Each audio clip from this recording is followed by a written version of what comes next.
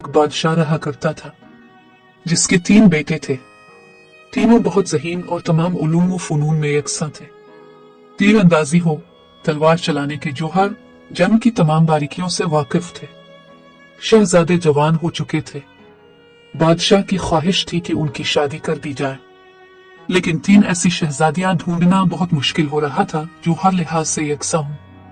इसलिए बादशाह ने वजीर को तलब किया और इससे अपने दिल की बात की। वजीर ने 2 दिन का वक्त मांगा। तीसरे दिन महल आकर बादशाह को अपनी राय से आगाह किया और कहा, इनको मेरे साथ जंगल भेज दीजिए, मैं कोई तरकीब करता हूँ। तीनों शहजादे वजीर के साथ जंगल चले गए। वहां एक दरख्त के पास जाकर वजीर ने कहा, तुम तीनों अपनी कमान से तीर चलाओ। जहां भी वो जिस मुल्क की तरफ जाएगा वहां की शहजादी को शादी का पैगाम भेज दिया जाएगा। तीनों शहजादों ने कमान में तीर लगाकर छोड़ा। बड़े बेटे का तीर तुर्की की एक बहुत बड़ी रियासत की तरफ पाया गया। दूसरे बेटे का तीर दक्कन की रियासत की तरफ पाया गया। तीसरे बेटे ने जो तीर चलाया वो एक पेड़ पर बैठी बंदरिया के पास पाया गया। वो पेड़ से उतारी गई और तय हुआ कि छोटे बेटे की शादी इसी बंदरिया के साथ की जाएगी। शहजादा बहुत दुखी और शर्मिंदा था, मगर मजबूरी थी, पहले बच्चे वालिदैन की बात नहीं टालते थे, इसलिए वो खामोश हो गया। सब शहजादों की शादियां बड़ी धूमधाम से हुई। दोनों मुल्कों की शहजादियां महल में आ गई, मगर तीसरे छोटे शहजादे की ख्वाहिश पर अलग महल का इंतजाम किया गया। दोनों बड़े शहजादे अपनी रानियों के साथ खुश और खुर्रम जिंदगी गुजारने लगे, मगर छोटे शहजादे के पास तो दुल्हन के नाम पर एक बंदरिया थी। वो बहुत परेशान और शर्मिंदा रहता था। एक दिन बादशाह और मलिका ने कहा कि वो अपनी बहुओं का सलीका देखना चाहते हैं, इसलिए उन्हें रुमाल करने के लिए दिए गए।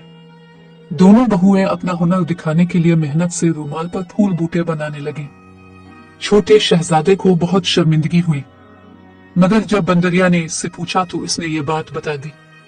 बंदरिया ने शहजादे को रुमाल लाने को कहा। जब सबके रुमाल बनकर तैयार हुए तो बादशाह और मलिका की हैरत की इंतहा न रही। सबसे खूबसूरत कढ़ाई छोटे शहजादी की बीवी ने की थी, जबकि वो एक बंदरिया थी। चंद दिन बाद बादशाह और मलिका ने कहा कि वो बहू के हाथ का बना खाना खाना चाहते हैं। दोनों बहुएं तैयारी में लग गई, मगर छोटा शहजादा अफसुर्दा हो गया। बंदरिया ने कहा, कोई बात नहीं, मैं खाना पका दूंगी, अब भिजवा दीजिएगा।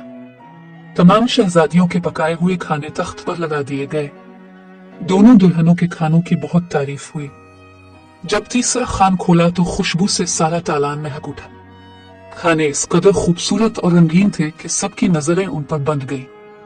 जब वो खाना बादशाह और मलिका ने खाया तो वो तारीफ किए बगैर ना रहे। सबसे मजेदार और नफासत से बनाया हुआ खाना छोटी रानी का था, जो कि बंदरिया थी। मलिका और बादशाह को एक बार फिर सब दुल्हनों को एक साथ देखने का दिल चाहा। इस पर छोटा शहजादा रो पड़ा। खाने और रुमाल तक तो बात ठीक थी, मगर इन खूबसूरत तरीन शहजादियों के दरमियान ये बंदरिया कैसे जाएगी? बंदरिया के पूछने पर शहजादे ने सारा माजरा कह डाला। छोटी बहू ने तसल्ली दी और कहा, शर्त यही है कि आप वहां न जाइएगा, मैं डोली में बैठकर अकेले ही जाऊंगी। शहजादा पहले ही शर्मिंदा था, फौरन मान गया। पहले बड़ी दुल्हन सामने आई। वो बहुत खूबसूरत लड़की थी, गुलाबी लिबास में बहुत सज रही थी। दरमियानी दुल्हन ने हरा लिबास पहना था और बहुत सारे जेवरात से आरास्ता थी। फिर डोली से छोटी दुल्हन को उतारा गया। इसके गोरे सफेद पांव में पाजेबें जगमगाई, और जब इसने चादर उठाई तो मलिका और बादशाह इसको देखते ही हैरान रह गए। गहरे सुर्ख रंग में एक नगीना की सूरत इसने झुक कर सलाम किया। इसके बालों में अफशा चमक रही थी। गुलाबी चेहरा, खूबसूरत होंठ और बदन वो एक फूल की डाली से महसूस हो रही थी। तीनों बहुएं साथ साथ थी। छोटी दुल्हन के चेहरे की रोशनी से सारा महल रोशन था। सारे लोग हैरत से उसे देख रहे थे। अचानक किसी ने छोटे शहजादे तक ये खबर पहुंचा दी कि इसकी दुल्हन तो परी जैसी है। शहजादे ने शर्त तोड़ दी और छुपकर उसे देखने आया, और फिर घोड़े पर बैठकर वापस अपने महल पहुंच गया। अपनी दुल्हन के कमरे में जाकर उसने देखा कि बंदरिया की खाल एक तरफ रखी है इसने फौरन वो खाल उठाई और मशल से उसे आग लगा दी।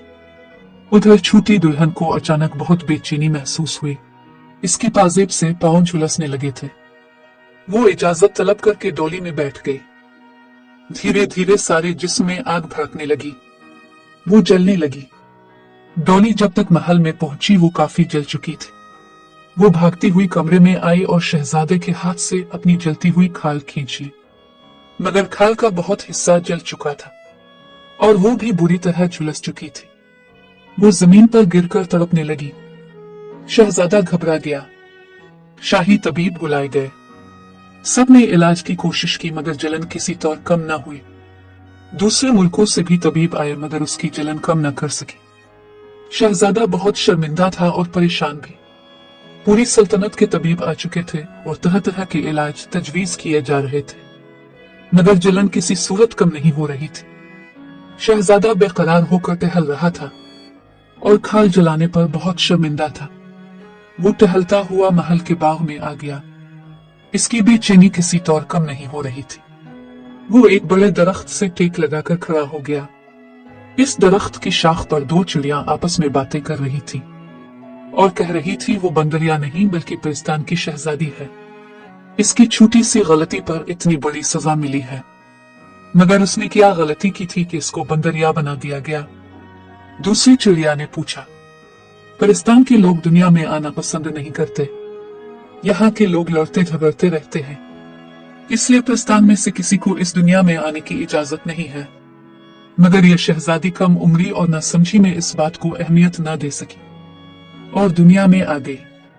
इसलिए इसको बंदरिया बना दिया गया ताकि ये कभी पिरिस्तान वापस न जा सके। मगर अब क्या होगा? इस जलन का कोई इलाज नहीं है क्या? इलाज तो है। इस पेड़ के फल को अगर जख्मों पर लगाया जाए तो वो ठीक हो सकती है। दुनिया वाले महंगी दवाई तो खरीद लाते हैं मगर पेड़ पौधों की कदर नहीं करते, जिनमें हर मर्ज की दवा है। शहजादे ने चिड़ियों का शुक्रिया अदा किया। पेड़ के फल चुनकर महल में वापस आ गया और नौकरों की फौज होते हुए भी अपने हाथों से उस फल का मरहम तैयार किया और जाकर अपनी दुल्हन के जख्मों पर लगाया। हैरत अंगेज तौर पर जख्म ठीक होने लगे और 2 ही दिन में वो अच्छी हो गई। मगर बहुत खामोश थी इस शाम जब शहजादा उसकी बिस्तर के करीब कुर्सी पर बैठा था तो दरवाजा खुला और पिरिस्तान के राजा और रानी अंदर आ गए।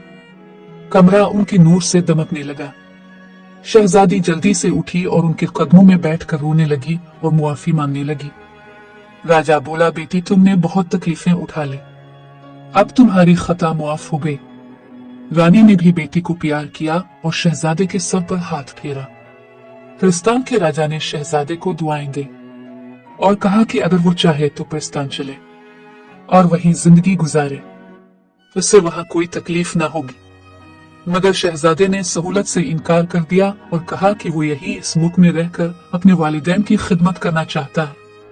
पिरिस्तान के राजा इसकी इस बात से बहुत खुश हुए और पिरिस्तान के ढेरों सामान से महल भर दिया और राजा रानी पिरिस्तान वापस चले गए। शहजादा और उसकी दुल्हन हंसी खुशी जिंदगी गुजारने लगे।